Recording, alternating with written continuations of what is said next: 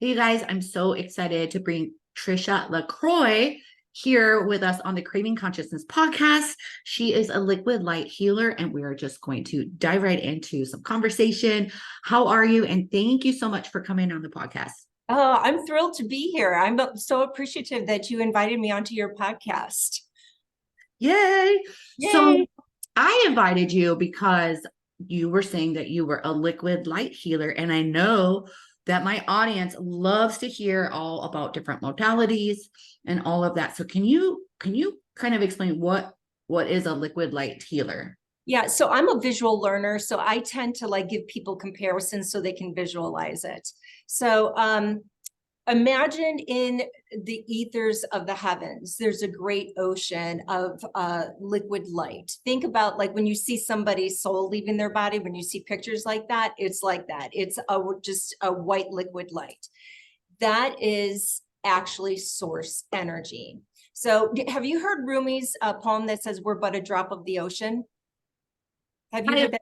I've heard something like that. We're but a drop of the ocean, but we are the ocean, or something along Yes, those lines. yes. And Rumi, actually, all of his poems were actually written about God, about the creator. It wasn't love poems, which we have changed it to, poems about love and so on and so forth, but it was actually about love for the creator. So when source energy is going to have a human experience as me, as you, when we are born, a drop of that ocean goes within us. That is our soul energy. So when I connect with somebody's spirit, that's who they are in this lifetime.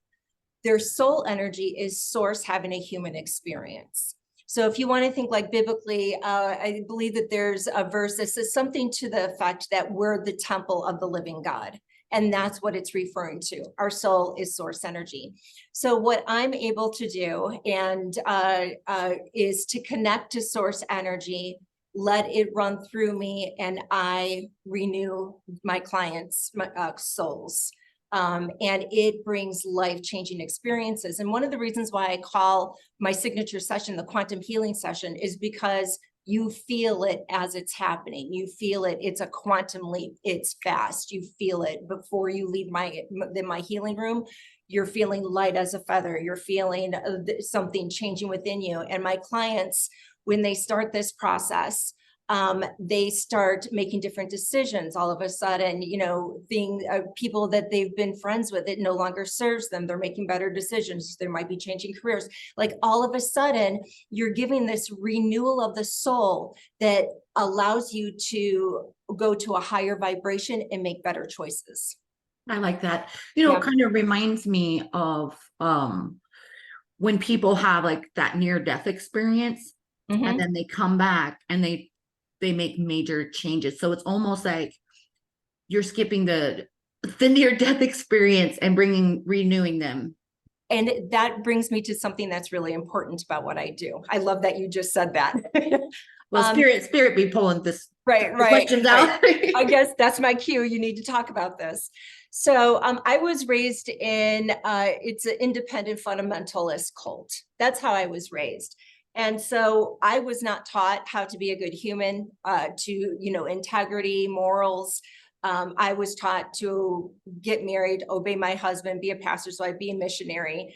Think of, you see Quakers. That's how I was raised, okay? Except we had electricity and stuff, but we didn't watch TV, didn't listen to secular music, wore the long skirts, all of that. I left in 1989. Long story short, in 2009, my mother triggered all my childhood woundings in a very short period of time. And I went through a major depression. So beginning of 2009, about in February is when the depression started. By November, I was telling my husband at that time, I don't have a soul. My soul's gone. And I felt like you could push on me and poof, there'd be nothing inside. Sort of like that turkey on Griswold's Family Christmas, that turkey that just Yeah. I like how you're sharing the analogies because I do that too with my audience because it just helps them go, oh yeah. Oh yeah, now I get it. Yeah, there's nothing in there. It's just a carcass. Yeah. Yep. And so I told him that the depression was severe, could not get off the couch, could not be a parent to my child. I could not function, didn't want anybody around me, would just lay on the couch and the weekends were the worst because I had to be around people. I lost 30 pounds in a month from November to December. And of course, I'm still complaining. I don't have a soul anymore. And I remember on December 31st, my husband at the time was making a homemade pizza. And I was in my office and I looked and I saw all the 7 bottles of prescription medication sitting there. And my thought was, I can't be a mother to my daughter like this. I would be a better mother on the other side. And I went into the kitchen, got a glass of water, and took all 7 containers of medication. And it was about over 250 pills. Oh my gosh. And I didn't tell anybody. And we sat down to have the pizza and watch whatever we were going to watch for New Year's Eve. And I said, I got really tired. I said, I'm going to bed. Come to find out, I went into a coma for 2 days. I actually came out of it screaming and yelling because one of the medications was an anti-anxiety, which if you OD on that, you have rage. And so I took myself, I got better. We'll skip all that because it's not really part of it. I got better. I started going on this healing journey. And about 6 months later, I was driving in my car down the highway, and all of a sudden, the best way I can describe it, I felt my soul open up and I immediately started crying and like, I'm healed. I felt my soul. And that day I went off, which is not, you shouldn't do this, but I did it. I went off all 7 medications at once, cold turkey. And I went on this huge spiritual journey. Come to find out in 2012, and I started becoming like someone I didn't recognize. I had very limited memories of childhood, very limited memories of any pain. I wrote my mom an email and I said, you no longer have the power to hurt me. And all of a sudden, like all these changes are happening. And in 2012, I was getting a reading from a woman. And she goes, this is weird. I've never, what is this? And she's looking at me and at my energy. She goes, oh my God, you're a walk-in. And I said, what's a walk-in? And are you familiar with that terminology? Well, yeah, I just got goosebumps too all over. So Yeah. I'm feeling validation for you, like my whole body. Yeah. Yep. So explain to the listeners what a walk-in is. Yeah, a walk-in is when somebody's soul that they're born with takes them to a certain level and they can't go anymore. There's a soul contract saying you're going to take her to this. And it has to be it's usually either a car accident or somebody trying to commit suicide, that when that happens, the one soul leaves the body and a new one comes in. And that's what's called a walk-in experience. I had mine by trying to kill myself. And that's why I was like, I don't have a soul. Like it was gone. I couldn't connect with it at all. And I wasn't spiritual at the time, but I knew my soul was no longer there. Can you expand on, or let's bring this part up too. Do you think that there's a difference between the experience that you just had versus what we call the dark night of the soul? Yes, it's very different. Yeah. Okay. The dark night of the soul, is really about when you're on your spiritual path. And I did go through that. Mine was 3 years, lucky me. But I went through that, and it was almost like, people are, people with Moldavite, people are afraid of it because like it's a bull in a china shop that comes into your life and is going to remove everything that no longer serves you, but you feel as if everything's being ripped away. And that's why I think Moldavite has a bad rap with some people. I loved it because it was ripping everything away from me that no longer served.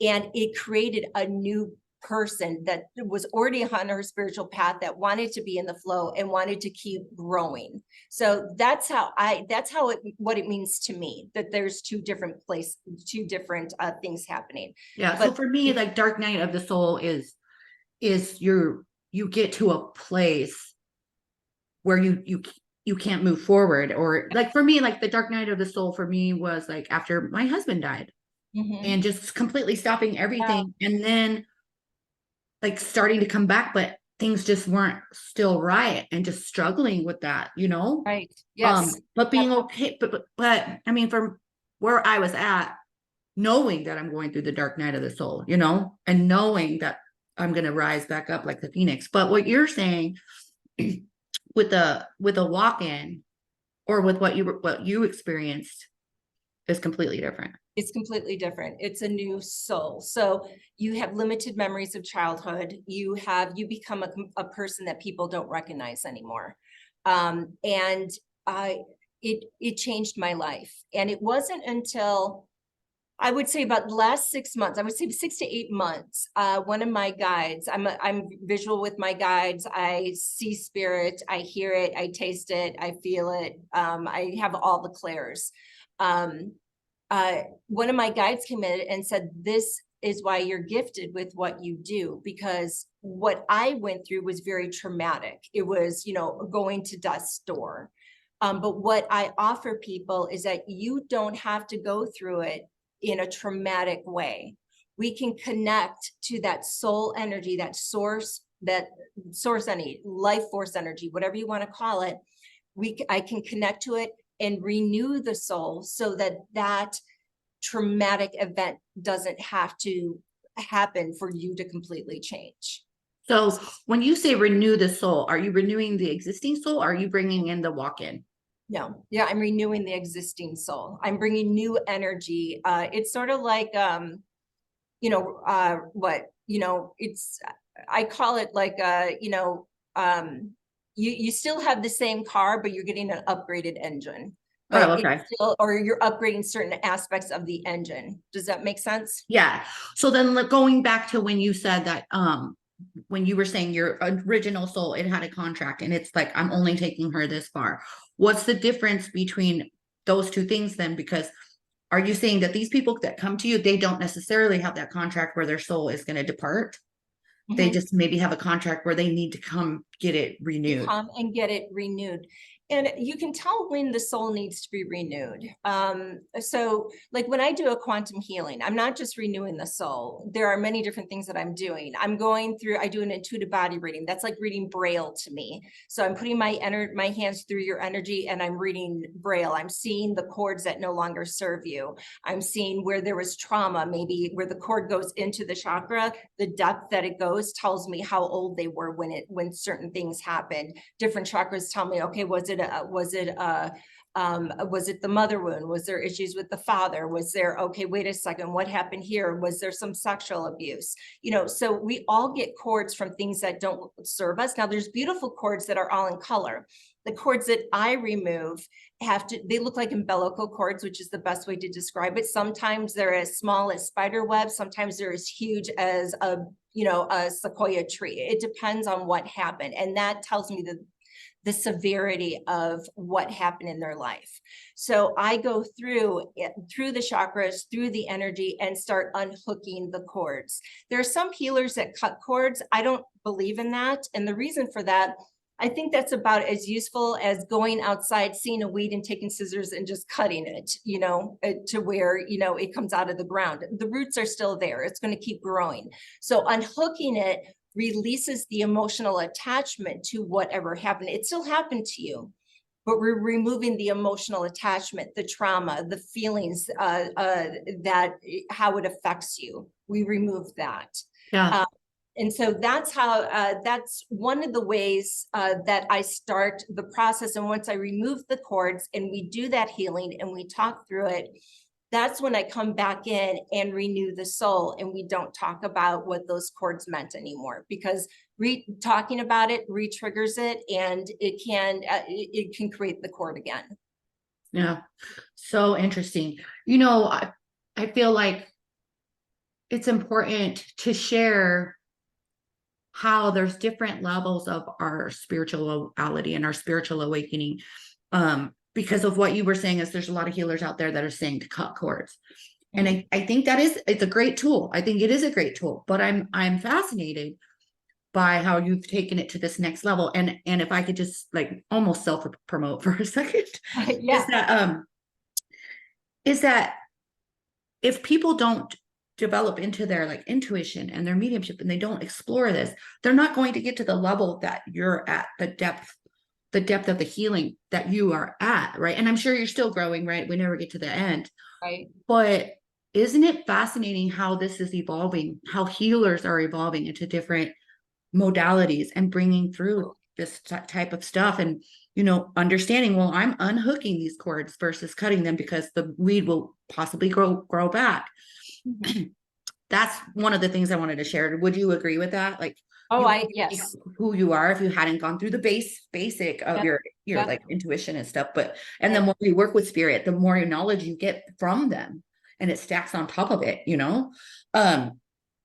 There was another question I wanted to ask you. What I did with so I want to be clear. So when I started doing this healing work, I didn't get a certification with it right away. I didn't know anybody else that knew what liquid, that used my terminology or even did things the way that I did them. My guides actually showed me exactly what to do. It was after I was doing this for a while that through a beautiful, weird events, I ran into a woman who was like, okay, tell me your story. But she's also a spiritual person that is very gifted. And she goes, so tell me about what you do. And I was talking about the liquid light. I'm talking about the path of King Solomon, which is a whole other thing. I'm talking about all these different things. And she said, how did you know any of this? And I said, my guide showed me. And Mhm. she's like, no, we have a school that teaches this, and nobody's supposed, you have to go years into this school before, it's like a mystery school that until they divulge this information, they don't share it.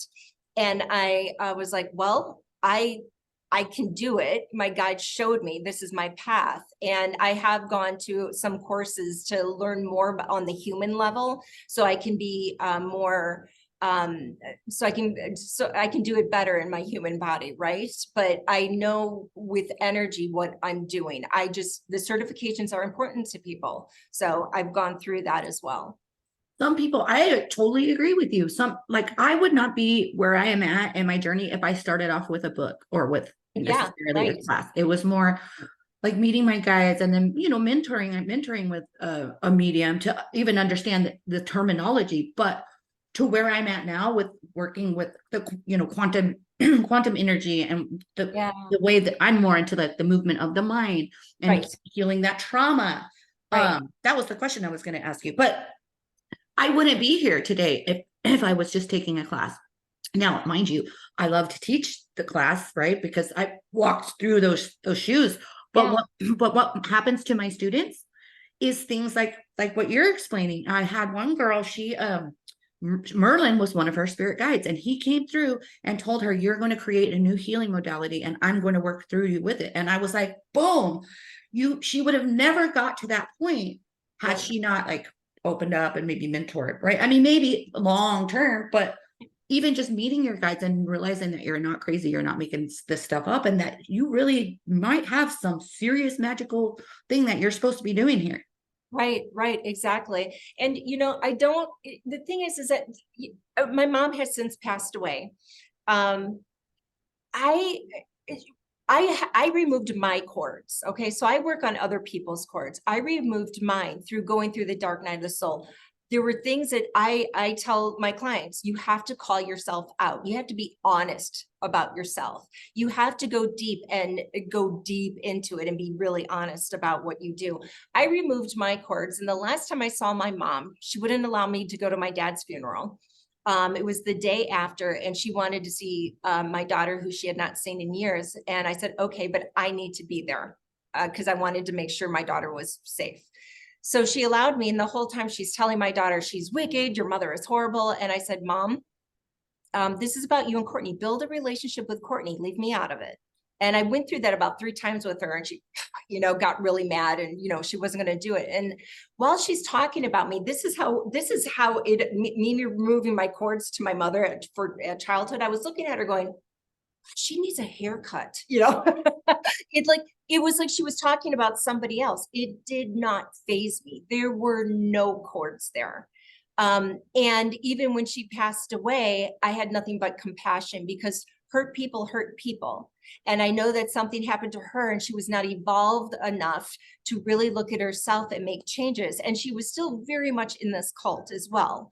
So, and the reason why she felt I was wicked is because of my spiritual belief system. And a side note, I had worked with the FBI, getting leaders in their cult arrested and put in jail for atrocities that they did to people. So but that's what it does. I'll give you another example. My daughter was dating a gentleman.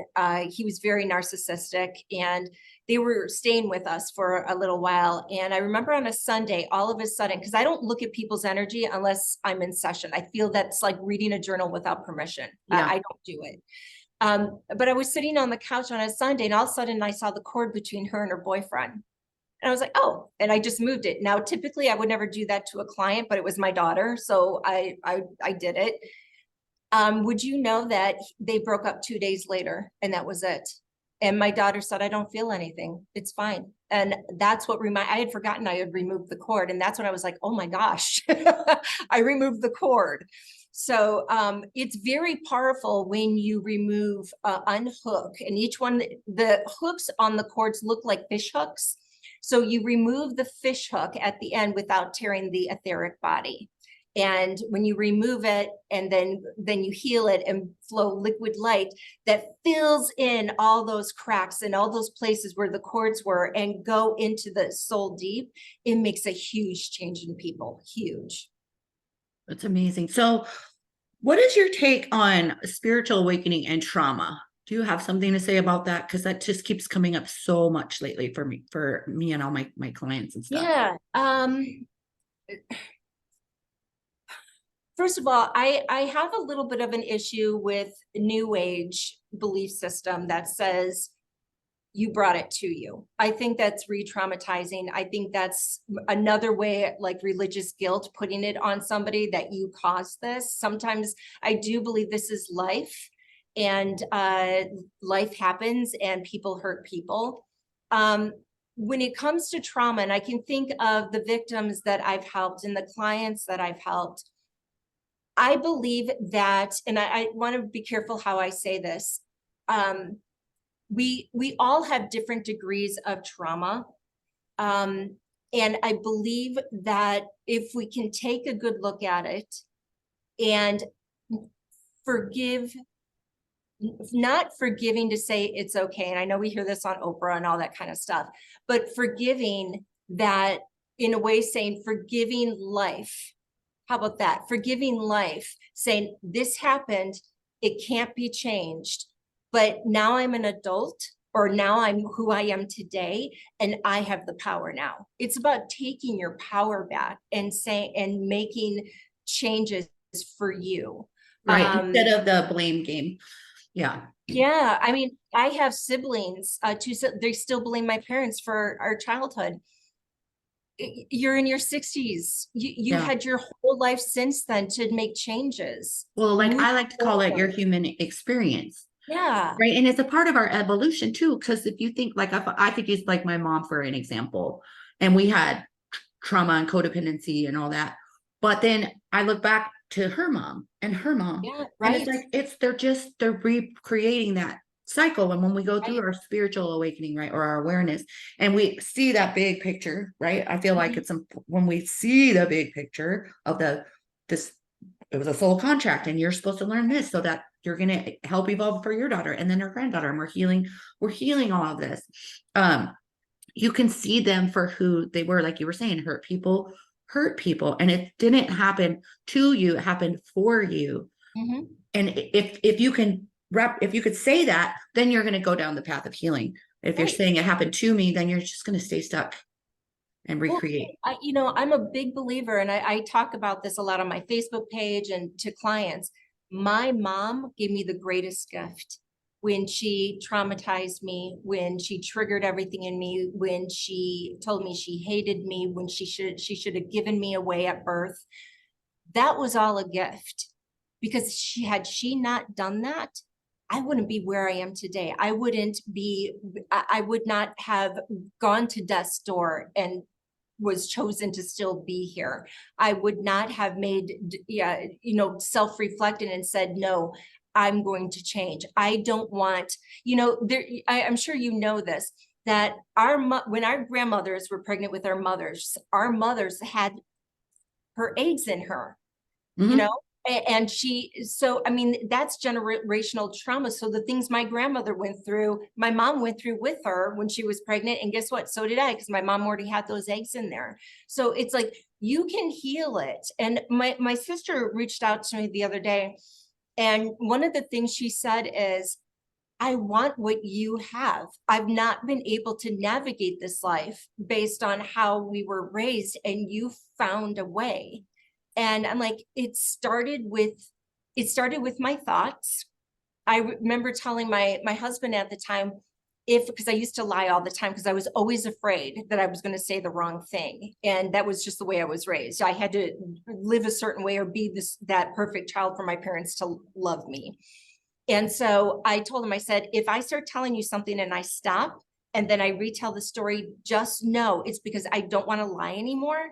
And I want to, and also because if I say something negative and I stop, just know I'm stopping the way I'm speaking. So I was trying to change the way that I thought, change the way that I talked, and then took responsibility for what I did in my adult life. I can't control my childhood, but in my adult life, starting to reflect, really calling myself out.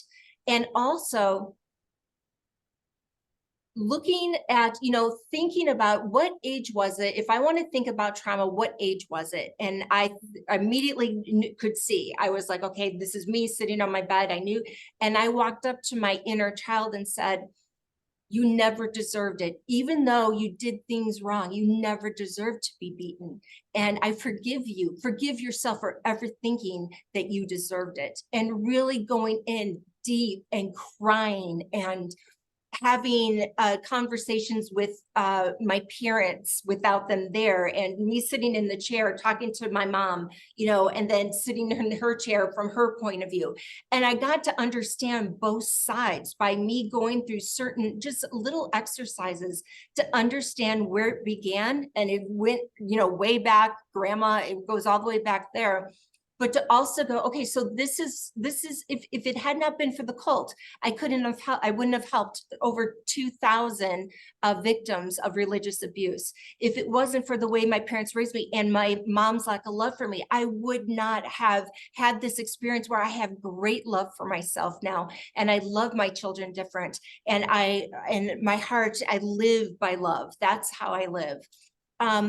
But I had to know that vibration of not being loved, by hatred, by all the, what the worst was, to be able to go, okay, I choose not this. And I know now what the vibration of true love is. And I'm not talking about between partners. I'm talking about love from source energy. I'm talking about the omnigalactic Father and the omnigalactic Mother and Source and Yahweh and the I Am Presence. I learned the pendulum swung to extremes, but I learned it. And now I'm able to embody it. That's a better word. I'm able to embody it.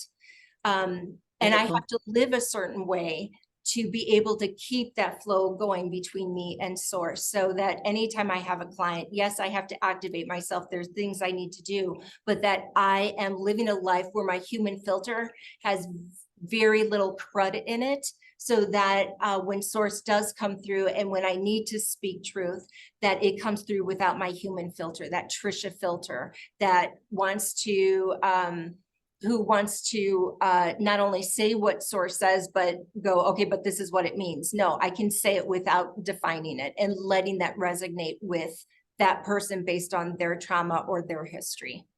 Yeah, I think that's important too, because it's important to deliver the message, not read the mail. I always tell my students that. Yes, it's good. I love how you said it. I said, I'm like, the mailman opens your mailbox and puts it in there. They do not open it. They do not read it. They do not try to figure out what it means. They just deliver it. Yep. Yeah. Beautiful. So you were saying, so I know you're local to where do you live? I live in West Summerlin in Vegas. West Summerlin in Vegas. So anybody listening on the podcast can connect with her locally, but you have an online presence as well, right? I do. My website is sacreduprising.com. That talks about liquid light. It tells a little bit about my story, and all my offerings are on there. And there's a place where if people are interested to, it's not even if you might just want to learn a little bit more about what I do and see if there's a connection, because I always want to talk to the clients that reach out before, just to make sure. I want them to feel comfortable, because if I'm not a good fit, I'm happy to send people to other healers in the area. I also do my work remotely as well. I typically do it while people are resting or when they're asleep, and I record it for them, and then we talk the next day so we can talk through what I found. But definitely, if people are in the area, look at the reviews on Facebook on Sacred Uprising. Look at the reviews and make their own choice. But there's a healer for everybody. None of us are in competition. And I go to, even healers need healing. So I go to different healers to have work done. So it's, I love that there's so many people now that are really going on a search to change their lives, and they're starting with them. It starts with me. That's where it starts. And if you can change, the ripple effects go out into eternity, because it changes my kids' lives, their friends, clients, their families, their friends. It just keeps going, and it's well worth it. This life is well worth it. Amen to that, sister. Yeah. Yeah. I mean, it is so well worth it to explore your spirituality. And like you said, connect with the person that resonates with you. You know, Right. I always say that we're all different flavors. Like you might be Dr. Pepper, I might be Sprite. Right. Especially if we were doing exactly the same thing, which we're not, but we're in the same soup. Yeah. Right. Yeah. The same pot of soup. Yeah. But Yeah. and that's what I like to call the quantum field is the soup, right? It is. All the ingredients are in there. I want to mention something just so your listeners know what it feels like when you have cords. Once again, I'm visual. So if you imagine a turtle swimming in the ocean, and you see the videos of turtles swimming, and then a fisherman gets them out because they have fishing lines all around them. They have fishing cords or fishing nets all around them.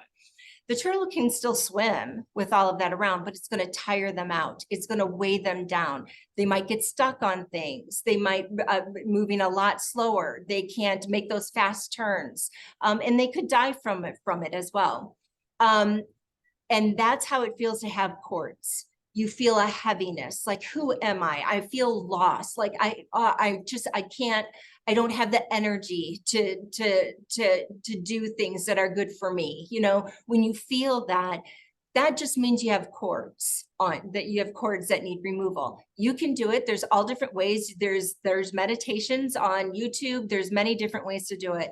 Or you can go to a healer that can see the cords, feel the cords, find the root cause, because it's always about the root cause for me, and unhook it. And what my clients tell me when I'm done and they stand up, sometimes they're lightheaded, sometimes they're just like, oh my God, and usually there's like, I feel so much lighter. And that's what it does. It gives you that energy to go like when you get all of a sudden you're flowing, you're like, oh my God, and you're like, go, go, go, go, go. That's how removing cord makes people feel. It's, oh my gosh, I can get so much done. I can do this. Wait a second. I'm not going to do this anymore. That doesn't feel good to me anymore. And they start making better decisions. I love it. I love it. So I think everybody needs to run, not walk, and find out more about you on sacreduprising.com, right? Sacreduprising.com.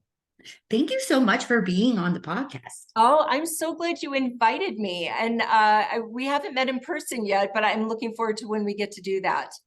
Very much so. Very much so. Yes. All right.